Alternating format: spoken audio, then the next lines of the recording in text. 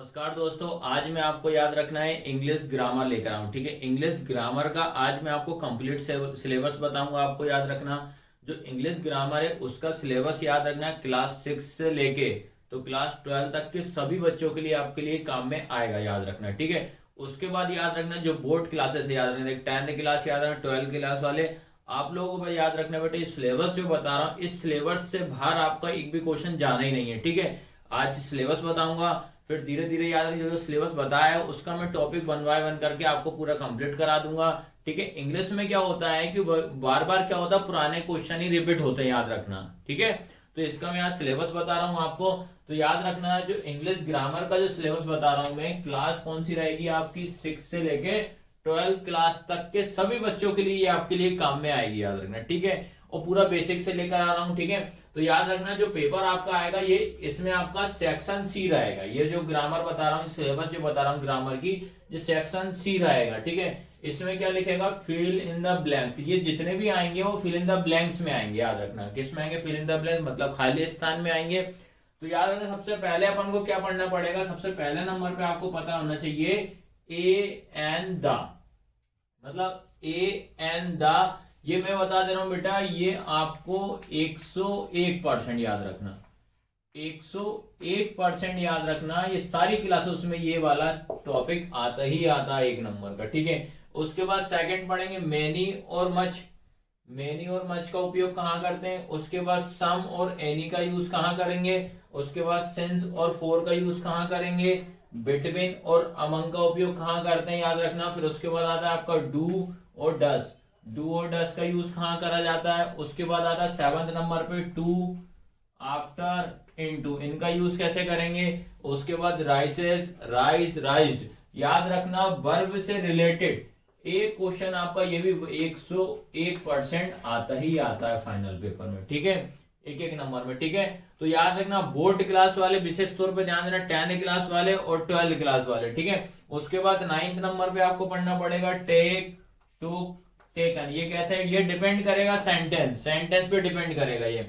उसके बाद 10th number पे याद रखना और, बट, सो। और, बट, सो इसका यूज आपका कहाँ करना है, ये चीज आपको ध्यान रखना है। इसके बाद याद रखना आपको जो 11th नंबर पे क्या पढ़ना पड़ेगा, बट एंड और, इसका यूज कैसे करते हैं। उसके बाद प्लेइंग कहाँ करेंगे, प्लेड, प्ले। ये वर्ब से रिलेटेड एक क्वेश्चन तो आपका 100% आना ही आना। ठीक है, उसके बाद बिकॉज का यूज कहाँ करेंगे, सो कैसे लगाते हैं, अंटिल। ठीक है, उसके बाद 14 नंबर पे स्विम और स्विमिंग कैसे लगाएंगे, टेल, टेलर, टेलर्स। ये डिग्री से याद रखना, ये वाला जो फिल इन द ब्लैंक जो है डिग्री से रिलेटेड है, याद रखना किससे, डिग्री से। 16 नंबर पे याद रखना पड़ेगा इफ और अनलेस का यूज कैसे करेंगे। उसके बाद 17 नंबर पे टिल और अंटिल का यूज कैसे करेंगे। 18 नंबर पे क्या आएगा, लिटिल और फ्यू का यूज कैसे करेंगे। उसके बाद कैन और पुट का यूज कैसे करते। तो याद है ये फिल इन द ब्लैंक्स में ये आपके 19 टॉपिक आपको पढ़ना पड़ेगा, ये चीज ध्यान रखना है। इसके बाद याद रखना बेटा, अब जो मैं बता रहा हूं आपको, जो आपका सेक्शन डी में क्या आपका सिलेबस है ग्रामर से रिलेटेड। ठीक है, तो इसमें याद रखना डू एस डायरेक्ट बता रहा हूं, याद रखना डू एस डायरेक्ट में याद रखना पहला जो टॉपिक है यूज ऑफ सो और दैट का, ये वाला टॉपिक बेटा 101% आपके फाइनल पेपर में आता ही आता है डू एस डायरेक्ट में। ठीक है, उसके बाद सेकंड है यूज ऑफ अनलेस। अनलेस का यूज कैसे करेंगे डू एस डायरेक्ट में। फिर अगला 3rd नंबर पर पढ़ना पड़ेगा आपको यूज ऑफ नेगेटिव सेंटेंस, कि नेगेटिव सेंटेंस आप किस प्रकार बना सकते हो। ठीक है, उसके बाद 4th नंबर पे यूज ऑफ इंटरोगेटिव। याद रखना इंटरोगेटिव मतलब होता है प्रश्नवाचक, याद रखना क्वेश्चन मार्क आप कैसे बनाओगे ये आता है। ठीक है, उसके बाद आएगा 5th number use of because, that, while, so, which, how. इन सब का यूज किस प्रकार से करेंगे ये मैं आपको बताऊंगा। इनकी कंप्लीट एक एक वीडियो एक एक क्लास में कराते जाऊंगा। आपको याद रखना जो बोर्ड परीक्षा में आपका 101% में गारंटी ले रहा हूं, इससे बाहर आपका जाएगा ही नहीं सिलेबस। ठीक है, उसके बाद 6 नंबर पे क्या पढ़ेंगे, यूज ऑफ वेयर। वेयर का यूज आप किस प्रकार करते हैं याद रखना। उसके बाद यूज ऑफ नाउन क्लॉज का यूज कैसे करोगे। उसके बाद यूज ऑफ एम्फेटिक। एम्फेटिक में याद रखना आपका डू और डज आता है, याद रखना क्या आता है, डू और डज का यूज कैसे करेंगे।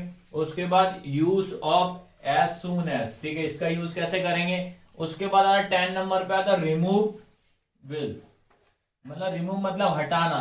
तो बिल को आप किस प्रकार से हटाएंगे, तो ये 10 टॉपिक रहेंगे और उसके बाद और टॉपिक भी है, याद रखना, वो मैं आपको बता रहा हूं, ठीक है। इसके बाद याद रखना जो आपको 11 नंबर पे क्या पढ़ना पड़ेगा, डू एस डायरेक्ट में आपको पढ़ना पड़ेगा करेक्ट द सेंटेंस। आपको याद रखना एक सेंटेंस देंगे, वो सेंटेंस इधर उधर रहेगा, उसको आपको कंप्लीट एक सेंटेंस बनाना पड़ेगा, ठीक है, उसको सही करना पड़ेगा।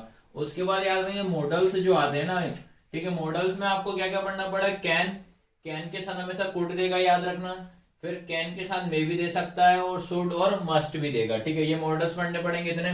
फिर आएगा चेंज द वॉइस, वॉइस किस प्रकार, जो आपका एक्टिव और पैसिव वॉइस होता है वो 100% ये आता ही आता है ये भी। फिर उसके बाद चेंज नरेशन, नरेशन भी आपको पढ़ना पड़ेगा कि नरेशन क्या होता है, ठीक है।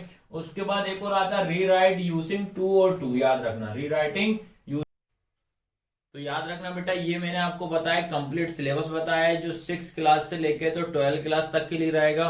खासतौर पे याद रखना जो आपकी 12 क्लास है और 10th क्लास, ये दो बोर्ड क्लास के लिए, इनसे बाहर आपका सिलेबस आना ही नहीं है, इसके अंदर ही अंदर मैं खुद गारंटी ले रहा हूँ 101%।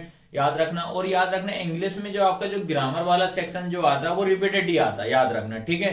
तो मैं रिपीटेड क्वेश्चन ही लेकर आ रहा हूँ, याद रखना, और वन वन करके मैं सारे टॉपिक आपको पूरा बताऊंगा, याद रखना। तो याद रखना आपको हमारे चैनल को सब्सक्राइब जरूर करना है। हमारे चैनल का नाम है @डुग्गू कोचिंग सेंटर, ठीक है। एक चैनल हमारा और है जो इन्फॉर्मेशन से रिलेटेड है, अगर मैं कुछ भी नई जानकारी दूंगा तो पहले उस इन्फॉर्मेशन वाले चैनल पे दूंगा, फिर जाके आप इस चैनल में देख सकते हो कहाँ कौन सी जानकारी आपको दी गई है, ठीक है। तो उसका नाम है, याद रखना, डुग्गू इन्फो सेंटर, ये चीज आपको ध्यान रखना है। तो चैनल को सब्सक्राइब करना ना भूलें। धन्यवाद।